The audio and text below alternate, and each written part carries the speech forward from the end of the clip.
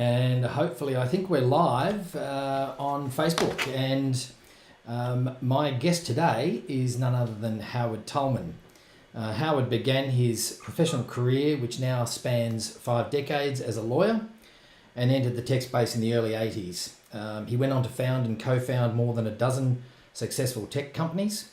He's a regular contributor to the Inc.com news organisation, the author of no less than 24 publications, a prolific art collector and philanthropist, and until recently CEO of 1871, which is an incubator, accelerator and co-working space in Chicago that I think houses over 495 technology startups. Howard, welcome to the program. I'm happy to be here. So Howard, we'll kick straight off with one of your more well-known publications, and that is the Perspiration Principles. I think you're up to about volume 24. That's about right, I think. And then we have some publications that are on specific topics as well, but I think we're up to number 24, give or take. And so can you tell us what are the Perspiration Principles?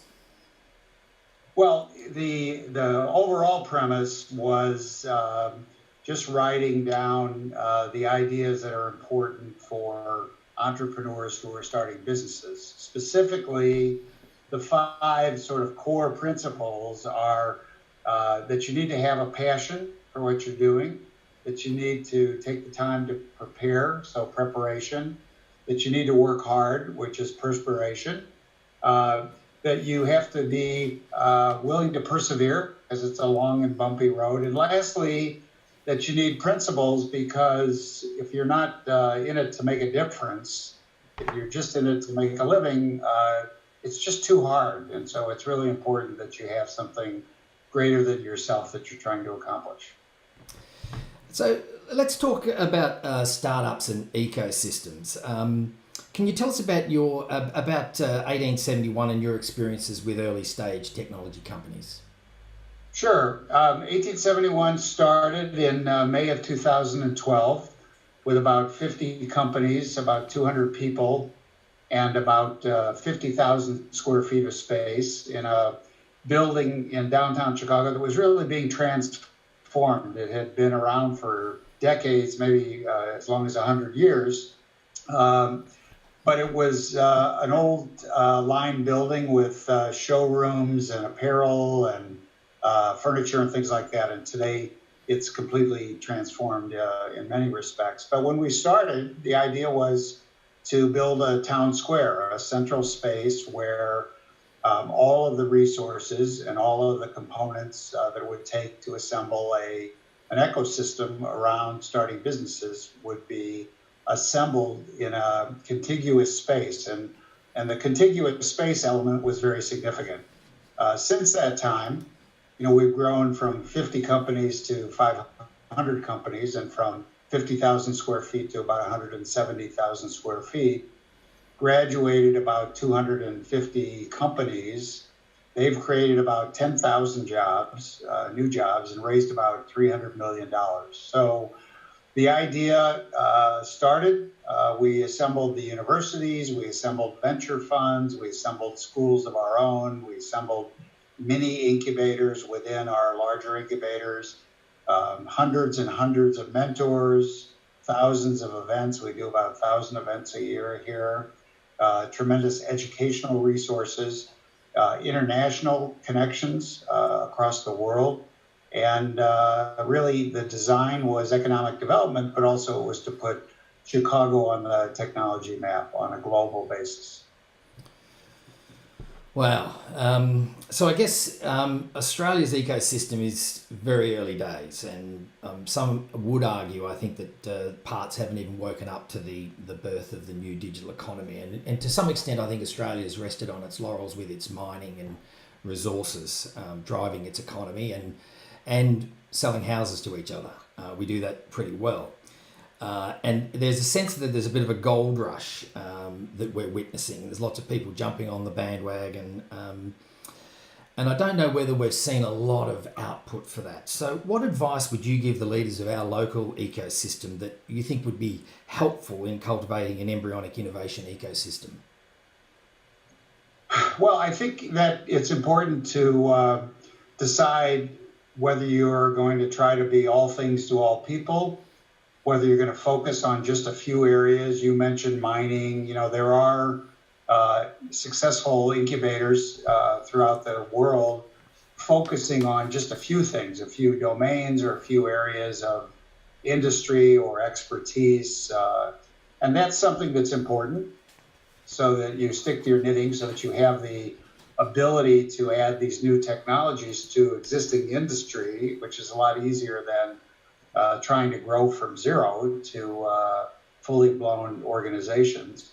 So number one is to understand what audiences you're going to serve. And then number two is to understand that you can't be all things to all people. So one of the issues that we see a lot is cities that start to do this, and they lose sight of simply serving the entrepreneurs and trying to build businesses, and they decide that they're community organizations chargeable with diversity, and they decide that they're required to help improve the educational systems of wherever they're at, and they decide that they need to engage in serving the entire city, and so providing economic development across the city. And what we found is it's if you chase too many rabbits, you end up with none, and that it's really important to focus. And that's, by the way, the exact same message that we would tell any individual entrepreneur, that you want to have a simple story, that you want to stay focused, that you want to grow ratably and iterate on a constant basis. And so I think that there's a dual message. One is it's important to get started, but two, it's important to nail it before you try to scale it, before you try to get beyond a certain size. And this also is a process that the best venture funds in the world take 3 to 5 years before they know whether any of their businesses are going to be successful. And one of the problems with community organizations and politicians in particular, local leaders, as you referred to, is they're not patient. And, you don't get to undertake this and say, oh, by the way, in 6 months, we'll have 3 more Facebooks and we'll have reinvented the world. And so you need to have, an agreement on metrics is really essential. Are you trying to create jobs? Are you trying to create businesses? Are you trying to take these technologies and make them available to the bigger organizations that already exist in your area? Each of those is a different set of objectives, and it's really critical to have clear leadership, and also to not be having so many people and so many cooks and chefs that you lose sight of the ability to be focused at all. So, I suppose that relates to business and ecosystems in that regard. So, what are the questions, or the 3 questions that you asked to evaluate an early stage company? Well, it's not 3, but it's close to 3. I mean, basically, what I would say is, when someone comes in here, our questions are very simple, but they're all about business, because we're basically a B2B incubator. We're focused on creating businesses that serve other businesses as opposed to consumers, because we just think it's almost impossible these days to successfully launch a consumer-facing business. So the questions that we ask are, tell me how you're going to save me money. How are you going to save me time? How are you going to make me more productive?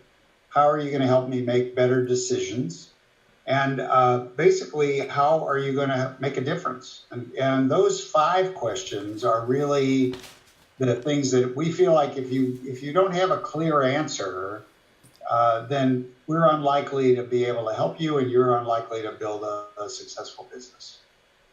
I might just get to I think when you look at any business, if they can't demonstrate along one of those dimensions a clear idea and some demonstration of value, then we don't think that's a business.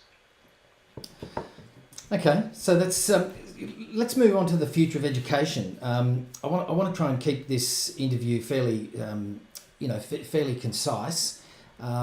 You were among the first to bring what I would call disruptive innovation to education with Kendall Experiencer and Tribeca Flashpoint Media Arts. I might just get you to sit back a bit, Howard. I'm just saying that's better. That's better. So in each of these ventures, you created educational environments that feed creativity. But also providing the skill sets for future successful employment. And I also know you've been quoted as saying that in the future, or even, maybe now is the future, we're going to need to be creating jobs as opposed to looking for jobs. So how important is creativity going to be now and into the future? I don't think that creativity is going to be as important as innovation. And the difference is a pretty important difference. I think of creativity as invention, and it's risky and it's difficult. We think that innovation is just incremental improvement. It's taking business processes, it's taking the way we've always done things, and adding pretty rudimentary solutions and technologies and new approaches to them to create really significant value. And so, our goal right now and our pretty consistent focus has not been to invent new things. It's been to take things that are existing and fairly common and help to improve and eliminate the inefficiencies in so many businesses today that are still doing things in backward fashions. And so I think that it's important to be creative in the arts. But in business, I think it's more important to be innovative, to understand that there are just enormous opportunities to raise the bar. And it's so easy to do that in so many different industries today that to think that you have to do something revolutionary is too big a hurdle. It's, Warren Buffett is fond of saying he doesn't want to, jump over 7-foot-high bars. He'd rather step over 1-foot-high bars. And he finds that to be much more lucrative. Right. So with regard to our education system, I know that I mentioned to you that I've been a little bit frustrated with the education system. It feels like we've moved on, but in some regard, the education system hasn't. Do you think that our education system strips creativity from our kids?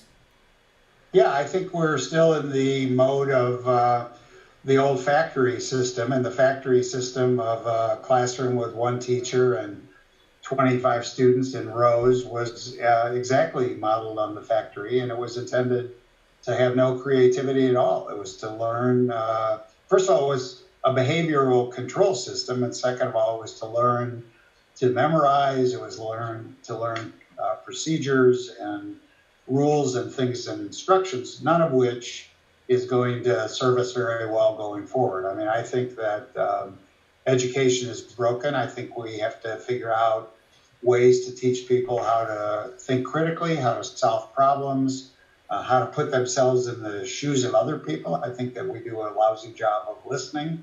And I think that the idea that a teacher can sit in front of a class of 25 people and that one size fits all is never going to work again, and it never probably worked in the past. So, we see students sitting in front of devices. We see each of them learning at their own pace and at a different pace. Some will be average, some will be ahead, some will be behind. The idea is they'll move at their own pace, and the teacher will intervene as sort of a guide and as an assistant rather than as the sage on the stage, as the pronouncement of all great wisdom. And so the schools are going to have to change very radically. We're seeing different designs. We're seeing the flipped classroom, which is the idea that you'll do your studying and your reading outside of class, and then when you come to class, you'll do problem-solving, interactive activities. You'll work in groups. I think most companies today have figured out that very little is done by individuals and a lot is done by teams. And so almost all the business schools have come around to this. I think we're going to see more of that in the schools as well. So my parents' advice was, go to school, go to university, study hard, find a good company to work for. Should our generation, the X-Gens and the baby boomers, be passing that wisdom down to future generations? Well, I've never understood these statistics